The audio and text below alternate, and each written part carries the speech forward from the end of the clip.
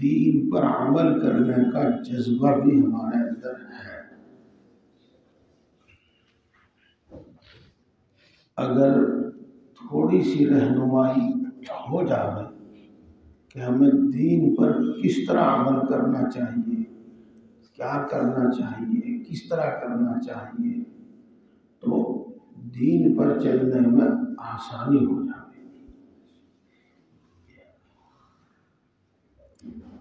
بات تو کچھ ایسی سی ہے، لیکن بہرحال مثال بڑی اچھی بنے گی۔ وہ ابھی بھی میرے ذہن میں بات آئی۔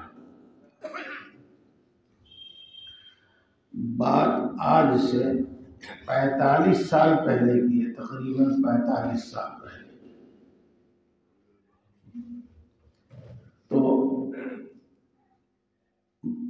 ایک جگہ افطار میں ہم بڑے لوگوں کے ساتھ، مالدار لوگوں کے ساتھ افطار میں تھے، دسترخوان بچھا ہوا تھا اور قسم قسم کی چیزیں وہاں رکھی ہوئی تھی۔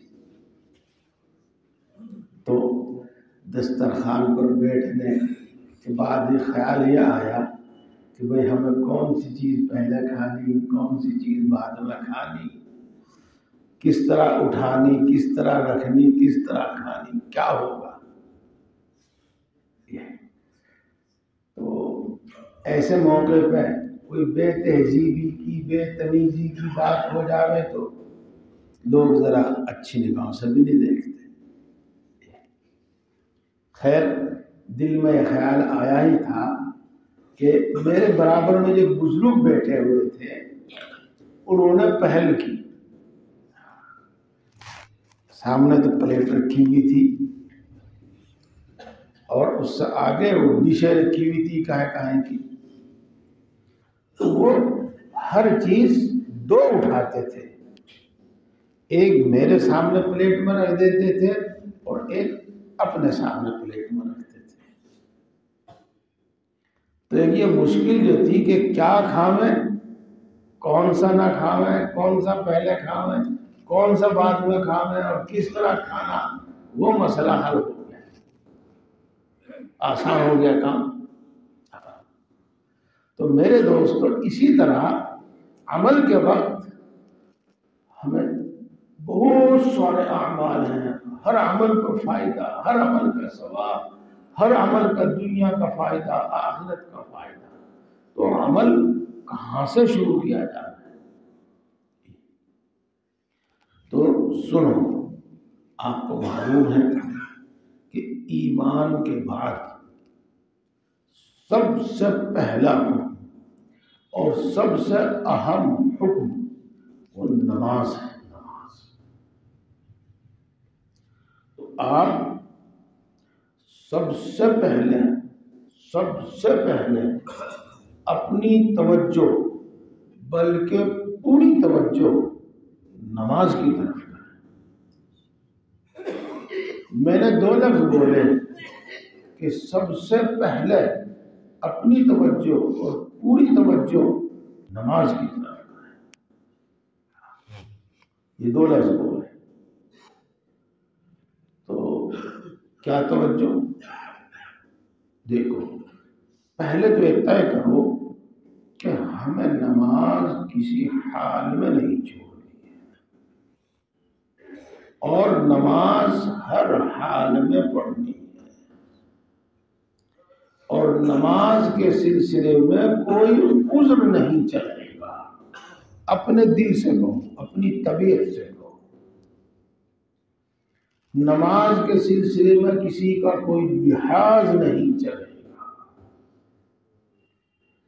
مثال کے طور پر ہم نے نماز نہیں پڑھی، ابھی کوئی مہمان آ گیا، کوئی آدمی آ گیا، ہم اس کی خاطر تواضع میں لگ گئے، اس سے بات چیت کرنے میں لگ گئے، اور ظہر کی نماز، عصر کی نماز ہماری قضا ہو گئی۔ تو ہم نے لحاظ میں ظہر کی نماز قضا کر دی، عصر کی نماز لحاظ میں قضا کر دی، کسی نے کوئی عذر نہیں چلے گا۔ میں فلاں جگہ ملازم ہوں، وہاں نماز پڑھنے کی اجازت نہیں ہے، مجھے دکان بند کرنی پڑتی ہے، بڑی دقت پیش آتی ہے، کوئی عذر نہیں چلے گا، ہے ہی نہیں یہاں کوئی عذر ماننے ہے ہی نہیں یہاں۔ اپنی زندگی کی کارگزاری اس طرح رکھنی ہے کہ نماز پڑھیں، نماز پڑھیں۔ اور آپ کو معلوم ہے کہ کسی حال میں نماز معاف نہیں ہے، کسی حال میں نماز معاف نہیں ہے۔ دیکھو پہلے تو میں ایک مثال دوں، ایسی مثال جس سے ہمارے کان کھڑے ہو جانے چاہیے، کان کھڑے ہو جانے چاہیے۔ ایک عورت ہے جس کے بچہ پیدا ہونے لگ رہا ہے،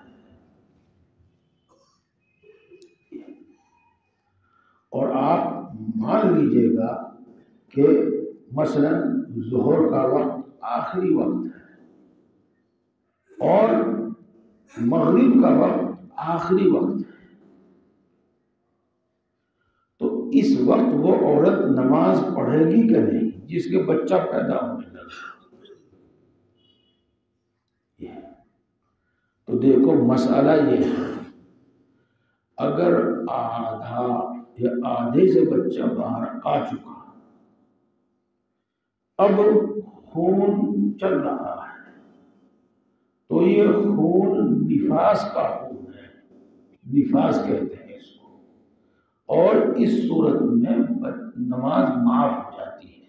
جب تک یہ خون چلے گا 2 دن 10 دن 40 دن اتنے دنوں میں نماز معاف رہے گی۔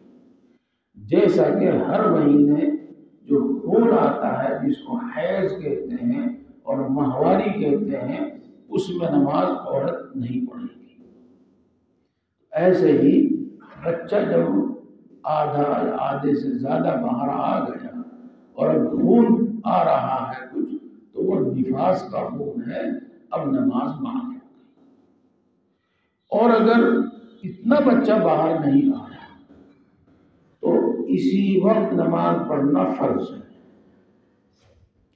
اور اسی حال میں نماز پڑھنا ضروری ہے۔ مسئلہ یہ ہے، حکم یہ ہے۔ اس وقت اگر کچھ خون پانی وغیرہ آ بھی رہا ہے، نکل بھی رہا ہے، تو اسی حالت میں نماز پڑھنی ہے۔ وضو کر سکے تو وضو کرے، تیمم کر سکے تو تیمم کر کے نماز پڑھے، کھڑے ہو کے پڑھ سکتی ہے، کھڑے ہو کے، بیٹھ کے، لیٹ کے، جو بھی حکم ہے وہ اسی وقت نماز پڑھنا۔ دیکھو مسئلہ یہ ہے۔ اور اگر مان لو ایسی تکلیف اس کو ہو رہی ہے، بچہ اس حالت میں ہے کہ وہ پڑھ نہیں سکتی نماز، تو نماز معاف نہیں ہوگی، بلکہ اس کو اپنی ڈائری میں لکھ لینا چاہیے، اپنی یادداشت میں اس کو لکھ لینا چاہیے، اس کی قضا اس کے ذمہ لازم ہے۔ آئی بات سمجھ شریف میں؟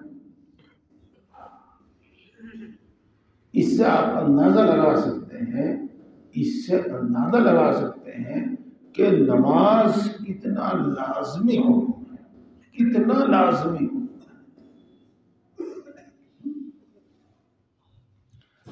ذرا سی مصروفیت، ذرا سا بہانہ، ذرا سے کام کی وجہ سے نماز چھوڑ بیٹھے، نہیں، یہ سستی ہے، لاپرواہی ہے یا ناواقفیت ہے۔ دیکھو پہلے زمانے میں گھوڑوں پہ بیٹھ کر آمنے سامنے کی تیر تلوار کی لڑائی ہوا کرتی تھی، یہ پیدل کھڑے ہو کے ہی آمنے سامنے کی لڑائی ہوا کرتی تھی۔ اب دیکھو جنگ میں دشمن کیا کوئی موقع ہاتھ سے جانے دے گا؟ نہیں جانے دے گا۔ اب نماز کا وقت ہو گیا، کیا کیا جائے گا؟ کیا حکم ہے نماز؟ تو اس وقت نماز میں یہ حکم ہے، نماز کے بارے میں یہ حکم ہے کہ نماز پڑھو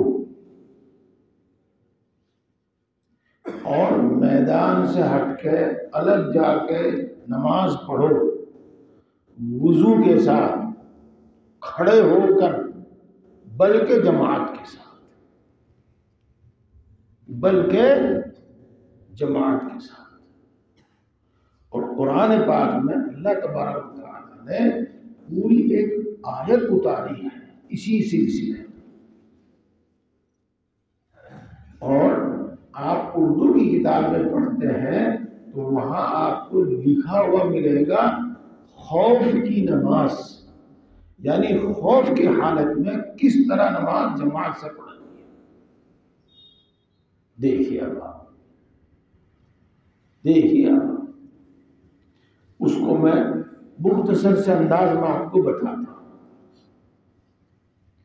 مثال کے طور پر امیر جو ہے، امیر اسی کے پیچھے نماز پڑھنی ہے سب کو، ایک تو صورت یہ ہے، اور دوسری صورت یہ ہے کہ الگ الگ امام کے پیچھے نماز پڑھیں، الگ الگ امام کے ساتھ جماعت سے نماز پڑھ لیں، ٹھیک ہے۔ بعض مرتبہ ایسی شخصیت اور ایسی ہستی امیر ہوتی ہے کہ اسی کی پیچھے نماز پڑھنا چاہیں تو حکم یہ ہے، مثلا 2 رکعت نماز پڑھنی ہے تو امام صاحب 1 رکعت، آدھے لوگ میدان میں ڈٹے رہے اور آدھے لوگ امام کے پیچھے 1 رکعت نماز پڑھیں، اور 1 رکعت نماز پڑھ کے سلام پھیرے بغیر یہ لوگ میدان میں جا کے کھڑے ہو جائیں، میدان میں ڈٹ جانا چاہتے ہیں، مورچے میں ڈٹ جانا چاہتے ہیں، اور جو لوگ میدان میں ہیں، مورچے میں ہیں، وہ آ کر امام کے پیچھے 1 رکعت نماز پڑھیں۔ پھر یہ میدان مورچے پر چلے جانا، وہ لوگ واپس آنا اور اپنی 1 رکعت پوری کریں۔ وہ جب یہ نماز سے فارغ ہو جائے یہ مورچے پر ڈٹ جاؤ، وہ اپنی 1 رکعت وہیں پوری کریں، یا پھر جہاں نماز پڑھنے کی جگہ مقرر کی ہے وہاں آ کر پوری کریں۔ یہ مسئلہ آپ کی سمجھ میں آیا ہو یا نہ آیا ہو، لیکن اتنی بات سمجھ میں آ گئی ہوگی کہ کوئی عذر نہیں چلے گا، کوئی مصروفیت، کوئی بزنس چلے گی نہیں، بزنس کی کوئی مصروفیت چلنے والی نہیں۔ اجی دکان میں سامان بہت رہتا ہے، باہر رہتا ہے، بار بار کھولنی، بار بار آپ انتظام کیجیے جو بھی کچھ، لیکن نماز پڑھیے۔ یہ اب آگے چلتے ہیں۔ معاملہ ایسا سنگین ہے، معاملہ ایسا سنگین ہے کہ اتنی بھی فرصت نہیں، یہ بھی ممکن نہیں کہ آدھے آدمی نماز پڑھ رہے، آدھے آدمی مورچے پر ڈٹے ہیں۔ تب کیا حکم ہے؟ جہاں بھی ہیں وہیں نماز پڑھ۔ اگر گھوڑے پر ہیں تو گھوڑے پر بیٹھے بیٹھے نماز، حتیٰ کہ اگر قبلے کی طرف منہ نہیں کیا جا سکتا دشمن کے خطرے کی وجہ سے، تو جدھر منہ ہے ادھر ہی کو نماز پڑھو۔ دیکھو بہرحال میرے بھائیوں، نماز ایک ایسا حکم ہے اللہ تبارک و تعالیٰ کا کہ یہ کسی صورت میں معاف ہے۔ کچھ صورتیں تو یہ چھوٹی چھوٹی مصروفیت ہے، یہ بڑی مصروفیت، یہ نماز کے واسطے عذر نہیں، نماز چھوڑنے کے واسطے عذر نہیں ہونا چاہیے۔ آنکھ نہیں کھلتی، آنکھ نہیں کھلتی، اج بس کچھ آدمی آگے بیٹھ جاتے ہیں، باتیں ہوتی رہتی ہیں اور بس یوں ان کی شگی نماز تو رہی جا۔ خاص طور سے نیتا جی اور جنہیں الیکشن لڑنا ہے انہیں لگ رہی محفل اور ان باتیں اور نماز آئے۔ آپ سمجھیے گا کہ اس کی کوئی گنجائش ہے نہیں۔ بہرحال میں نے آپ کے سامنے دو باتیں کہی تھی کہ کوئی حالت عذر نہیں اور کوئی مصروفیت نماز کے چھوڑنے کے واسطے عذر اور گنجائش کا سبب نہیں۔ نماز بہرحال پڑھنی ہے اور اپنے وقت پر پڑھنی ہے۔ اس کو مضبوط ارادے کے ساتھ اور مضبوط ارادے اور ہمت کے ساتھ شروع کیجیے، اور کسی حالت میں کسی صورت میں نماز اچھی ہو۔ نماز کے فائدے، نماز کی فضیلتیں آپ سنتے رہتے ہیں، اب ان کو بیان نہیں کیا جا رہا۔ اب تو عمل کی آسان صورت بیان کی جا رہی ہے۔ میرے دوستو، اصل حکم تو یہی ہے کہ مسجد میں آ کر جماعت سے نماز پڑھیں، پہلی صف میں پڑھیں، تکبیر اولیٰ کے ساتھ پڑھیں اور اس کی فکر کریں، اور اس کی فکر کریں، کوشش کریں، جس کو عربی میں اہتمام کہتے ہیں۔ یہ ہمارے دل میں اللہ رب العزت کے اجر و انعام کی جب قدر ہوگی، اللہ تبارک و تعالیٰ کے اجر و انعام کی ہمارے دل کے اندر اہمیت ہوگی، اور جب ہمیں یہ یاد رہے گی بات کہ بھائی جس چیز کے پیچھے ہم دوڑتے ہیں وہ واقعی بڑی ضروری ہے، بہت ضروری ہے، بہت ضروری ہے، اگر میں 10 مرتبہ کہوں تب بھی بات ٹھیک ہے، اور وہ ہے پیسہ، مال، کہ اس سے ہماری زندگی کی گاڑی چلتی ہے، اور اس کے بغیر ہماری زندگی کی گاڑی سرکتی بھی نہیں، چلنے کی بات تو بہت دور کی ہے۔ لیکن میرے دوستو، موت تک تو یہ مال کام دے گا، اور موت کے وقت اور موت کے بعد پھر جو اتنی لمبی زندگی ہے، اتنی لمبی زندگی ہے، اتنی لمبی زندگی ہے جس کی کوئی حد نہیں، جو کبھی ختم ہونے والی نہیں ہے، تو وہاں پر نہ یہ روپیہ کام دے گا، نہ عہدہ کام دے گا، نہ ڈگریاں کام دے گی، وہاں پر اللہ کی اطاعت اور عبادت کام دے گی۔ جو اجر و ثواب ہمارے کھاتے میں جمع ہو جائے گا، وہ اجر و ثواب ہمیں کام دے گا، مرتے وقت سے لے کر موت کے وقت سے لے کر اور جنت میں داخل ہونے تک ہر جگہ اسی کے حساب سے ہمارے ساتھ فرشتوں کا، اللہ کا برتاؤ ہوگا، سب کچھ مرتبہ مقام اسی کے اعتبار سے ہوگا، یا سزا اور قید اسی کے حساب سے۔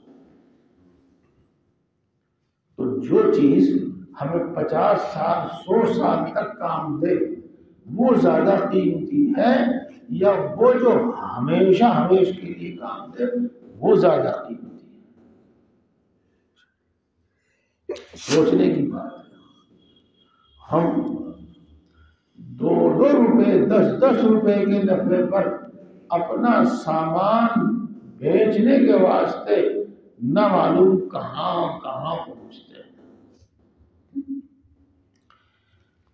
آپ تو یہاں کیا کاروبار کرتے ہیں مجھے پتہ نہیں، ہمارے علاقے میں گوبھی اور دوسری سبزی بڑی پیدا ہوتی ہے، تو کاشتکار آپس میں پوچھ تاچھ بھی کرتے رہتے ہیں، منڈیوں میں فون بھی کرتے رہتے ہیں، اور یوں دیکھتے ہیں کہ بھائی دلی شاہدرہ لے جاؤں ہیں، پانی پت لے جاؤں ہیں، سہارنپور لے جاؤں ہیں، دہرادون لے جاؤں، کہاں لے جاؤں جہاں 2 پیسے فالتو مل جائیں. دیکھو کتنی دور پہنچتے ہیں. آپ بھی ایسے ہی کرتے ہوں گے جو بھی آپ کا بزنس ہوتا ہوگا. اب آپ سمجھیے گا جب ہمیں ایک کے بجائے 27 نمازوں کا ثواب ہے تو پھر مسجد تک پہنچنے میں کیوں سستی ہے؟ بس ایک ہی بات ہو سکتی ہے کہ دل میں اہمیت نہیں، دل میں اس کی قیمت نہیں، یہ ہو سکتی ہے بات. اور جب میں نے آپ کو بتایا وہ بات آپ یاد رکھیں گے تو انشاءاللہ العزیز خود بخود اندر ہمت پیدا ہوگی، خود بخود اندر ایک جذبہ پیدا ہوگا کہ ہمارا اصل سرمایہ تو یہی ہے. تو مسجد میں آ کر جماعت سے نماز پڑھو، تکبیر اولیٰ کے ساتھ نماز پڑھو، پہلی صف میں ملنے کی کوشش کرو، جلدی آ جائے، جلدی آؤ، پہلی صف میں جگہ ملے. اور مان لو تھوڑی دیر کے لیے فرض کر لو کوئی عذر ایسا ہے کہ ہم مسجد نہیں آ سکتے.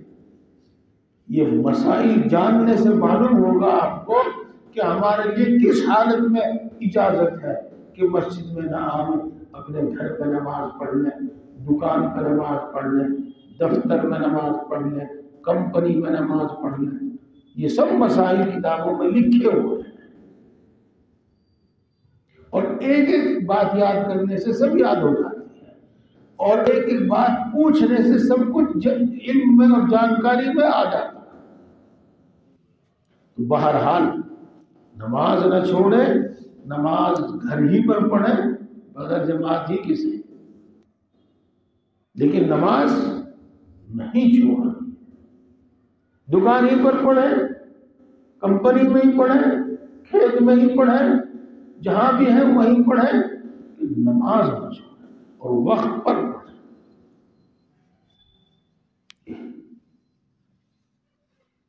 اور آخری بات اگر کسی سبب سے نہیں پڑھی گئی، میں نے پہلے وہ سب باتیں آپ کو بتائی جن سے نماز کی اہمیت اور نماز کو اس کے مقررہ وقت پر پڑھنا لازمی اور ضروری ہے، لیکن بہرحال ایک سوال پھر بھی ہے کہ نہیں پڑھی گئی. تو میرے دوستوں اگلی ادا نماز پڑھنے سے پہلے وہ نماز پڑھ لو جو چھوٹ گئی. چاہے جماعت چھوٹ جائے، یاد رکھو اس بات کو، جماعت چھوٹ جائے چھوٹنے دو، لیکن جو ہماری نماز چھوٹ گئی ہے پہلے وہ پڑھ لو، پھر اگر جماعت پوری کی پوری نکل جائے تو کوئی بات نہیں، اپنی طرح پڑھ لو. 1 رکعت 2 رکعت یا تشہد بھی اگر مل گیا، اتحیات بھی اگر مل گئی تو خیر اچھی بات ہے. یہاں میں آپ کو ایک مسئلہ بتا رہا ہوں، اور یہ مسئلے ضرور یاد رکھنے کے ہیں. ساری دشواری میں جو سمجھتا ہوں میرے بھائیوں، مسئلہ معلوم نہ ہونے کی وجہ سے، جو الٹ پلٹ سارے کام ہو رہے ہیں نا، وہ مسائل معلوم نہ ہونے کی وجہ سے. ایک شخص ہے جس پر زندگی میں 6 نمازوں سے کم نماز ہے اس کے ذمہ. 1 نماز 2 نماز 3 نماز 4 نماز 5 نماز قضا ہے اس کے ذمہ. اس کے ذمہ فرض ہے کہ پہلے یہ چھٹی ہوئی نماز پڑھیں، پھر ادا نماز پڑھیں. اگر وہ جان بوجھ کر پہلے ادا نماز پڑھے گا تو اس کی ادا نماز ہونے کی. اس کو کہتے ہیں صاحب ترتیب. جو لوگ اردو کتابیں پڑھتے رہتے ہیں وہ سمجھیں. آپ کو بھی معلوم ہوگا مسئلہ، کوئی ایسا پیچیدہ مسئلہ نہیں. یہ پرانی 5 نمازیں اس کے ذمہ ہے تو پہلے وہ 5 نمازیں پڑھیں، پھر ادا نماز پڑھیں. اگر یہ جانتے بوجھتے ہوئے کہ میرے ذمے پر نماز ہے پھر ادا نماز پڑھ لی تو یہ ادا نماز ہونے اللہ یہ کہ وقت اتنا تنگ ہو کہ اگر وہ پہلے قضا نماز پڑھے گا تو یہ ادا بھی قضا ہو جائے گی، پھر اس کی گنجائش ہے کہ پہلے ادا پڑھ لے۔ تو بہرحال یہ تو ایک مسئلہ، ہاں جب 6 نماز یا اس سے زیادہ نماز اس کے ذمہ قضا ہے تو پھر اس کو اجازت ہے کہ تھوڑی تھوڑی پہلی بھی پڑھ لے، قضا بھی پڑھ لے اور ادا اپنے وقت پر پڑھے۔ مسئلہ تو سمجھ میں آ گیا، لیکن میں آپ کو یہ بتا رہا ہوں کہ اس کی فکر کریں کہ قضا نماز جلدی سے جلدی پڑھ لیں، جی ہاں جلدی سے جلدی پڑھ لیں۔ اور میں آپ کو بتا دوں اور پوری گارنٹی کے ساتھ بتا دوں، ہمارے بڑے تو یہ گارنٹی کا لفظ اور وعدے کا لفظ وغیرہ یہ استعمال کرنا ناپسند کرتے ہیں، لیکن ہمارا مزاج کچھ ایسا ہی ہو گیا ہے کہ جب تک گارنٹی نہ دے اس وقت تک کوئی کام کرنے کو تیار نہیں تھے کہ داماد آئے۔ دیکھو دوستو، آپ کو میں نے جو بات بتائی ہے آپ اس پر عمل کر کے دیکھو۔ کام کیا کہ نماز اپنے ذمہ باقی نہ رکھو، قضا نماز پڑھ لو، ساتھ ساتھ پڑھ لو، پھر ادا پڑھ لو۔ انشاءاللہ عزیز بہت جلدی نماز کی ایسی عادت ہو جائے گی کہ نماز پڑھے بغیر چین اور سکون نہیں آئے گا۔ سب سے بڑی نماز کے اندر جو لاپرواہی پیدا ہوتی ہے نا وہ یہی سے ہوتی ہے، ارے پڑھ لینے چلو، ابھی تو اذان ہوئی ہے اب چل گئے بس، اور یہ ہوتے ہوتے ہی جماعت میں نکلی اور بار مرتبہ قضائی ہو گئی۔ اس کا اہتمام کرو۔ میں عرض کرتا رہتا ہوں، الحمدللہ موقع دیا ہے اللہ تبارک و تعالیٰ نے، جگہ جگہ بات کرنے کا موقع ملتا ہے۔ کیا اگر ایسا نہ ہو سکے کہ آدمی ہر نماز ادا پڑھے تو ایسا ضرور ہونا چاہیے کہ اس کے ذمہ کوئی قضا نماز باقی نہ رہے، اس کے ذمہ کوئی قضا نماز باقی نہ رہے، ایک بھی قضا نماز اس کے ذمہ باقی نہ رہے۔ بات کچھ رسی لمبی ہو جائے گی، اشراق کا وقت قریب ہو ہی گیا یہ، اور اس وقت بس میں اتنی بات کہہ کے بات ختم کرتا ہوں کہ یہاں آپ کے یہاں ماشاءاللہ علماء کرام ہیں، مفتی صاحبان ہیں، ان سے معلوم کر کے اپنی پچھلی قضا نمازیں پڑھنی شروع کر دو، جس کو ہم اور آپ قضا عمری کہتے ہیں۔ میں اس کا طریقہ آپ کو بتاتا لیکن بات لمبی ہو جائے گی، ہم مفتی صاحب سے پوچھ لینا اور قضا نمازیں پڑھو۔ اس سے اللہ تبارک و تعالیٰ سے خاص تعلق پیدا ہوتا ہے، اور یوں سمجھ لو کہ بندہ اللہ کو اس وقت یاد کرتا ہے، اللہ بندے کو یاد کرتا ہے۔ بہرحال نماز ہمارے ذمہ کوئی بھی قضا نہیں رہنی چاہیے۔ ایک بات تو دوستو اس کو پلے باندھ لو، کسی حالت میں نماز نہ چھوڑے۔ دوسری بات، وہ بات نہ تو فرض نہ لازم اور نہ ضروری، لیکن فائدہ مند اتنی کہ جتنا فائدہ بیان کرو کم ہے۔ اور میرے بھائیوں وہ یہ ہے کہ آپ میں سے جو بھائی بھی قرآن پاک پڑھے ہوئے ہیں، حفظ پڑھے ہوئے ہیں یا ناظرہ پڑھے ہوئے ہیں، وہ کوتاہی نہ کریں، قرآن پاک کی تلاوت ضرور کریں، ضرور نہیں ضرور بھی ضرور کریں۔ زندگی کا تجربہ ہے اور تجربے والوں کی بات ہی زیادہ معتبر ہوتی ہے. سستی ہوئی اور اجی میرے تو سر میں درد ہو رہا, اجی بس جی نہیں چاہ رہا, آج تو میں پڑھا نہیں جا رہا, آج تو نیند آ گئی. یہ باتیں شروع ہوئی اور تلاوت ناغہ ہوتی رہی حتیٰ کہ تلاوت چھوٹ گئی, اور مہینوں بلکہ اس سے بھی زیادہ قرآن پاک اٹھا کر نہیں دیکھا. اور جب یہ طے کیا کہ نہیں قرآن شریف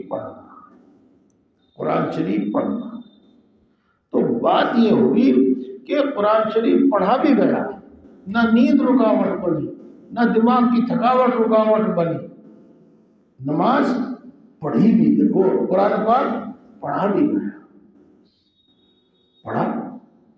اور اسی طرح رفتہ کچھ دنوں کے بعد ایسی عادت ہو گئی کہ جب تک قرآن شریف نہیں پڑھتے جب تک چین نہیں آتا, اور کوئی دشواری نہیں ہوتی عادتوں سے. تو قرآن پاک کی تلاوت ایک پارہ, اس سے کم اس سے زیادہ جتنا ہو سکے ضرور پڑھیں. قرآن پاک ہدایت ہے, اور بالکل صاف بات ہے, ہمارا تو اس پر ایمان ہے. اس کو دیکھنا بھی ہدایت, اس کو پڑھنا بھی ہدایت, اس کو سننا بھی ہدایت, اس کے الفاظ بھی ہدایت, اس کے معنی بھی ہدایت, ہر طرح سے ہدایت ہی ہدایت ہے.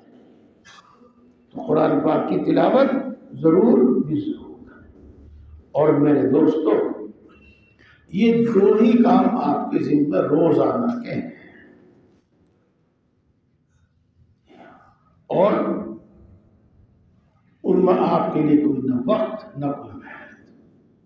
نمبر ایک, ان باقی وقت گناہ چھوڑ دیں.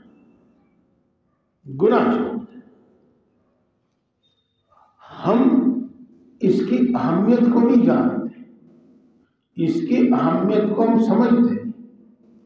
میں آپ کے بات یوں کہوں, ایک شخص نے کوئی بھی کام کیا اور تھانے میں اس کی FRI درج ہو گئی, اب بتائیے گا کہ اس کو کوئی چین ملے گا؟ کب پولیس آ جائے پکڑنے کے واسطے, کہیں وہ راستے میں جا رہا ہے وہاں اس کو پکڑ لیا جائے. دیکھ ظاہر بات ہے کہ اب اس کو چین نہیں ملے گا, اور سب سے پہلی فکر اس کی یہ ہوگی کہ میں ضمانت کرا لوں, اپنا کسی طریقے سے پیچھا چھوڑا لوں. یہ ہے. اور بات یہ ہے کہ بڑے سے بڑا طاقتور نیتا بھی ہے اور بڑے سے بڑا اثر و رسوخ کرنے والا بھی ہے, جب اس کے خلاف FRI درج ہوتی ہے تو بس پھر وہ ایک مجرم ہو جاتا ہے. مجرم.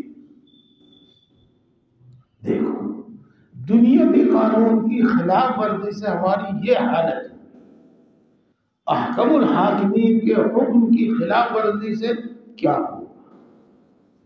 ہم صرف اس بات پر دھوکے میں ہیں کہ نماز چھوڑ دی تو کچھ نہیں ہوا, داڑھی کٹوا دی تو کچھ نہیں ہوا, زناکاری کی تو کچھ نہیں ہوا, چوری کی تو کچھ نہیں کیا, کسی کو گالی دی تو کچھ نہیں ہوا. ہاں میرے دوستو, اللہ تبارک و تعالیٰ نے ان سب کو حساب کے دن کے لیے مؤخر کر دیا ہے, اور اللہ کا یہ دستور نہیں ہے کہ ادھر جرم FI درج ہوئی ادھر گرفتاری, ایسا اللہ کا قانون نہیں. ادھر جرم کیا ادھر ساتھ سزا ملی, یہ اللہ کا قانون نہیں ہے. ہم جانتے ہیں اللہ نے سب حساب کے دن کے واسطے مؤخر کر دیا. بس میں نے آپ کو بات سمجھائی کہ دیکھو, جس کے خلاف FRI درج ہو جاوے اس کی کیا حالت ہوتی ہے. بالکل یوں ہی سمجھ لو کہ جب گناہ کیا اور مجرم ٹھہرا, اللہ کا قصوروار ٹھہرا, مجرم ٹھہرا, اب اس کی کیا حالت ہے. فوراً پکڑ نہیں آئی تو اس سے دھوکا لگا, تو گناہ چھوڑ.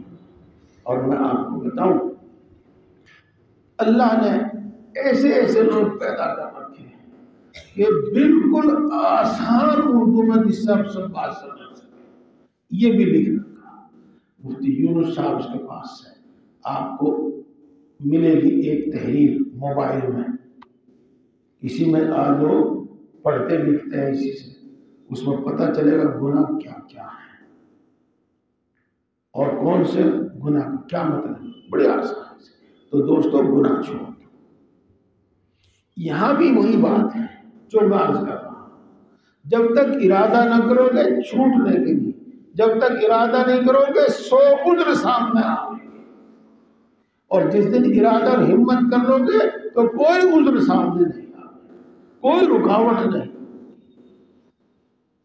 کوئی رکاوٹ نہیں، چاہے وہ جھوٹ بولنا، ٹخنوں سے نیچے پجامہ رکھنا، داڑھی کٹوانا ہو، اور کیا کیا کیا کیا، حرام کھانے کی عادت ہو، اور کیا کیا کیا، ہمت تو کرو، ہمت تو کرو، تو گناہ چھوڑ دو۔ 3 بات ہو گئی، اور ایک اور بات بہت مختصر، انشاءاللہ پھر کروں گا تفصیل، مسنون دعاؤں کا اہتمام کرو، فائدہ ہی فائدہ، فائدہ ہی فائدہ۔ اللہ کے رسول صلی اللہ علیہ وسلم کیا بلکہ تمام انبیاء انسان تھے، اور اللہ تبارک و تعالیٰ کے خزانوں میں کوئی کمی نہیں، اللہ ان کو سب کچھ دے سکتا تھا، لیکن اللہ تبارک و تعالیٰ نے اپنے انبیاء کے ساتھ بھی، بلکہ اپنے اولیاء اللہ کے ساتھ بھی، دوستوں کے ساتھ بھی ایسا ہی معاملہ کرتا ہے اللہ تعالیٰ جیسا عام انسانوں کے ساتھ، یعنی ان کو بھی بھوک لگتی ہے، ان کو بھی بیماری آتی ہے، ان کے سامنے بھی مشکلات اور رکاوٹیں کھڑی ہوتی ہیں، وغیرہ وغیرہ، اور انہوں نے ہر موقع پر اللہ سے کوئی دعا کی، اسی کا نام مسنون دعا ہے۔ تو اللہ کے رسول کو جب بھوک لگی تو کیا دعا کی، اب کھانا کھا لیا تو پھر کیا دعا کی، پیاس لگی تو کیا، اور پانی پی لیا تو پھر کیا، گھر سے نکلے تو کیا پڑھا، گھر واپس آئے تو کیا پڑھا، اس میں کوئی محنت نہیں، کوئی وقت نہیں، کوئی دقت نہیں، صرف توجہ کی بات ہے، اور آدمی ہر وقت اللہ کے ذکر میں، ہر وقت اللہ سے مناجات۔ دیکھو، اور چوتھی چیز میرے بھائیوں، جو کام ہم کرتے ہیں سنت کے مطابق کر لیا، بس جس کو کہتے ہیں نا آم کے آم اور گٹھلیوں کے دام، ہمارا کام بھی اور ثواب بھی اور اللہ راضی، ہمارا کام بھی ثواب اور اللہ راضی۔ جب سوئے دائیں کروٹ سوئے، دعا پڑھ کر سوئے، تو کیا خرچ ہو گیا؟ صبح کو اٹھتے ہی کوئی نہ کوئی ذکر کیا، مثلا کلمہ پڑھا، الحمدللہ کہا، وغیرہ کوئی نہ کوئی ذکر کیا، اور پھر سو کر اٹھنے کی دعا پڑھ لی، پھر جو بھی ممکن ہوا سب سے پہلے اپنے ہاتھ دھو، مثلا ٹوٹی کھول کر ہاتھ دھو، لمبی باتیں ہیں، بہرحال کوئی دقت نہیں، سنتوں پر عمل کرو، ہر وقت عبادت میں، ہر وقت عبادت میں، ہر وقت اللہ کی یاد میں، ہر وقت ذکر میں، کتنا بڑا فائدہ ہے، کتنا بڑا فائدہ ہے۔ تو یہ 4-5 بات میں نے آپ کو بتائی، نماز، قرآن پاک کی تلاوت، گناہوں سے بچنا، مسنون دعائیں پڑھنا، اور اپنے تمام کام سنت کے مطابق کرنا، انشاءاللہ ہر وقت عبادت۔ جب آدمی عبادت سنت کے مطابق کرتا ہے تو وہ قبولیت کے بالکل قریب ہو جاتی ہے۔ دیکھو، میں احتیاط کے طور پر ہی الفاظ استعمال کرنا ہوں، ورنہ صحیح بات تو یہ ہے کہ پھر وہ ضرور قبول ہوتی ہے۔ اور جب سنت کے مطابق آدمی اپنا دنیا کا کوئی کام کرتا ہے، وہ کام بھی عبادت ہو جاتا ہے۔ ایک ایک سنت سیکھو، اس پر عمل کرو، ایک سنت سیکھو اس پر عمل کرو، ایک دعا سیکھو اس پر اس کو پڑھو، انشاءاللہ یہ ترتیب رہے گی کام کی، اور آپ دیکھو تھوڑے دنوں کے اندر پورے دین پر عمل ہو جائے گا، سبھی سنتیں یاد ہو جائیں گی، ضروری سبھی دعائیں یاد ہو جائیں گی۔ اللہ تبارک و تعالیٰ ہم سب کو توفیق